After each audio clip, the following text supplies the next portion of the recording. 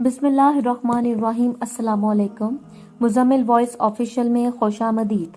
میرا کزن عید پر آیا تو میرے سب بہن کو 5,000 عیدی دی، مگر جب میں اس کے سامنے آئی تو اس نے ایک چھوٹا سا لفافہ میرے ہاتھ پر رکھ دیا۔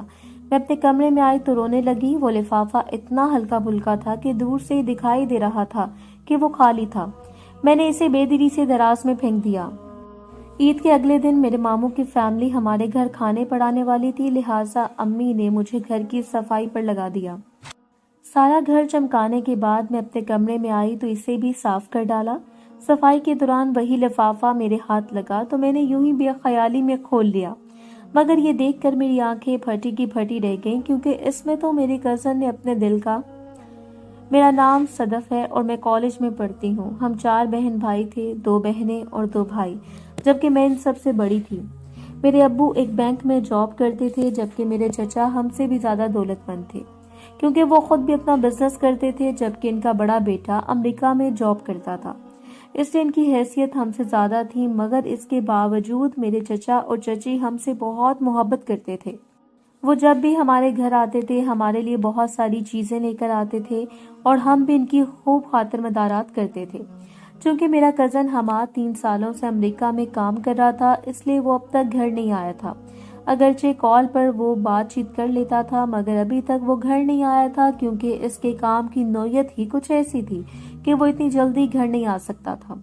اس لیے چچی تو اس کے بغیر بڑی اداس ہو گئی تھی۔ وہ اکثر ہمارے گھر آ کر کہتی تھی کہ بیٹے کی جاب کی وجہ سے ہم بہت خوشحال ہو چکے تھے، مگر میں تو اس کی شکل دیکھنے کو ترس گئی تھی۔ چچی کا بس چلتا تو وہ حماد کو امریکہ نہ جانے دیتی، مگر یہ فیصلہ چچا کا تھا، اس لیے چچی اب تک صبر کر رہی تھی۔ پھر ایک دن چچی نے ہمیں کال کی تو کہنے لگی حماد اس عید پر گھر آ رہا ہے۔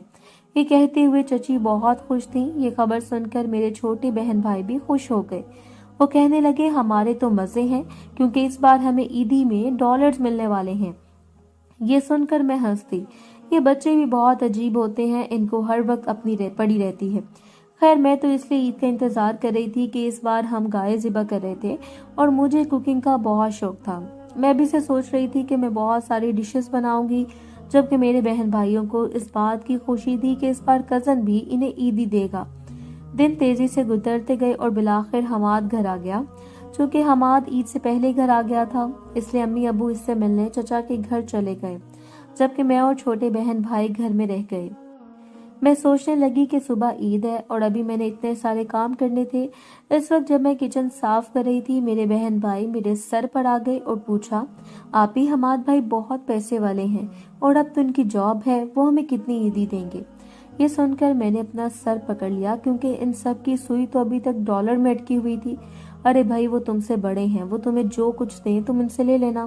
مگر یہ سن کر وہ کہنے لگے جی نہیں، ہم تو ان سے بہت ساری عیدی لیں گے، بلکہ ہم تو کہتے ہیں آپ بھی ان سے عیدی مانگ لینا۔ ان سب نے یہ کہہ کر مجھے شرارت سے دیکھا اور میرے گھورنے پر وہاں سے بھاگ گئے۔ پھر اگلی صبح عید تھی۔ میں صبح سویرے اٹھی تو امی نے مجھے مختلف کاموں پر لگا دیا اور کہنے لگی کہ ابھی تمہارے چچا ہمارے گھر آنے والے ہیں۔ یہ سن کر میں نے اپنے کام جلدی سے ختم کر لیے تاکہ جب چچا جان ہمارے گھر آئیں تو میں ان سے عیدی لے سکوں۔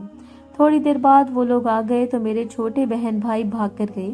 میں جانتی تھی کہ یہ لوگ عیدی کے چکر میں ان سے ملنے گئے تھے، جبکہ میں نے ان سب کو سلام کیا اور پھر امی نے مجھے کچن میں بھیج دیا تاکہ میں ان سب کے لیے چائے بنا لاؤں۔ کچن میں آ کر میں سوچنے لگی کہ میرا کزن حماد تو ہینڈسم اور پیارا ہو گیا تھا۔ جب وہ امریکہ گیا تھا تب میری اس کے ساتھ زیادہ بات چیت نہیں ہوتی تھی، اور اب بھی ایسا ہی ہوا۔ اس نے میرے سلام کے جواب میں مجھے دیکھا اور پھر اپنی نظریں جھکا لی۔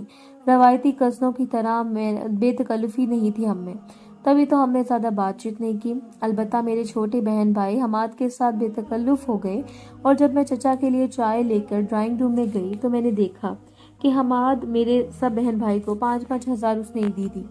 یہ دیکھ کر میں خاموشی سے کچن میں آ گئی۔ تبھی وہ سب میرے پیچھے آ گئے اور میرا ہاتھ پکڑ کے کہنے لگے تم بھی حماد بھائی سے عیدی مانگو۔ یہ سن کر میں نے تو صاف انکار کر دیا کہ مجھے تو اس سے عیدی مانگتے ہوئے شرم آتی ہے، مگر وہ سب میرے پیچھے پڑ گئے اور کہنے لگے جلدی سے عیدی مانگ لو، کیونکہ ابھی حماد بھائی ڈرائنگ روم میں بالکل اکیلے ہیں۔ یہ کہہ کر وہ سب مجھے زبردستی حماد کے سامنے لے گئے۔ اب جب میں آ ہی گئی تھی تو میں نے بے شرموں کے کہنے پر حماد کو عید مبارک کہنا